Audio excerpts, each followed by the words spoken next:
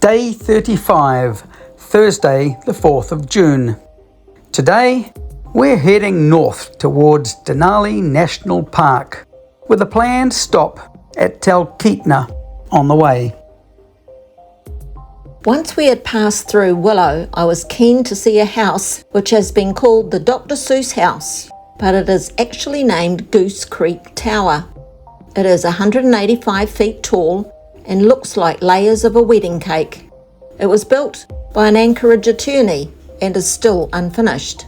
The top has a 360-degree view, which includes a view of Mount Denali. Sadly, it is no longer open to the public and also gated from the public. However, I was delighted to see the tops of the house from Parks Highway while photographing something else. Fantastic! Stopping on the highway, we got a clear view of Mount Denali. We happened to be there at the same time as a tour director was telling her passengers that they are part of only 10% of tourists who were fortunate enough to view the top of Mount Denali, as more often than not, it is covered by clouds. We also got lots of views straight out of our windscreen on the way to Talkeetna.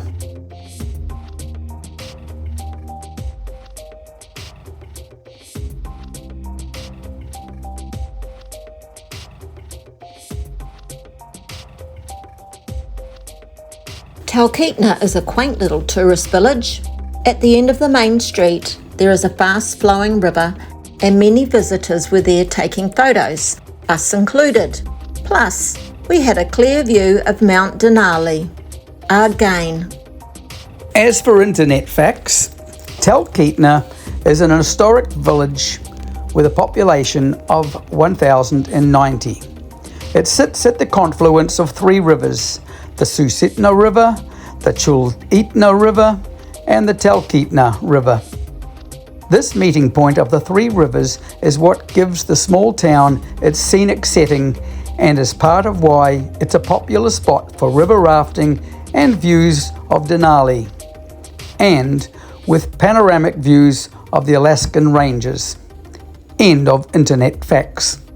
We got chatting to a couple because the husband was wearing a Kawato bungee jumping t-shirt, and yes, they had holidayed in New Zealand. We wandered off together to explore the main street and only got as far as the first market stall together when Larry started talking to the family about the crafts they made. When he started discussing their video editing for YouTube, I could see he would be there for a while. So I ventured off on my own and managed to wander in and out of the stores in no time. It was kind of like an early settler looking village and there was plenty to look at. I kept bumping into the same couple who had been to New Zealand and we had a laugh. We gassed up with diesel before leaving Talkeetna and drove on to Trapper Creek, coming across Wall Mike's iconic general store on the way. The name is a take on Walmart, but a very different look. Definitely frontier style.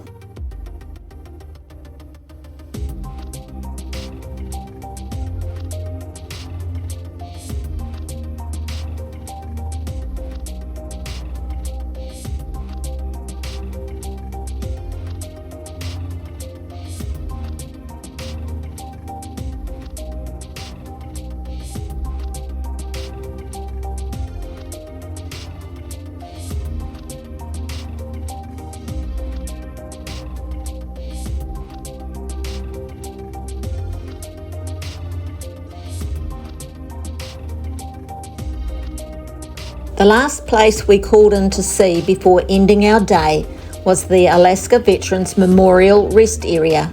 The memorial honours servicemen from all military branches that have protected the air, land and waters of Alaska. There are some individual heroic men remembered for gallantry in action at the risk of life above and beyond the call of duty.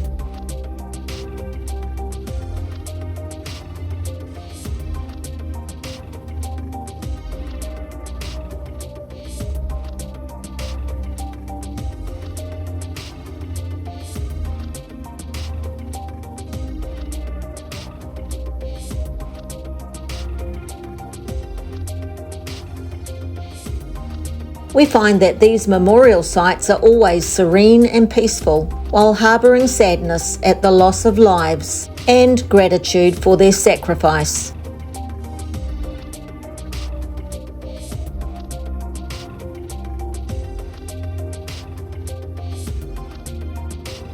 Our own resting spot for the night is a cosy little pull-off nestled amongst trees and a million mosquitoes we would soon find out about.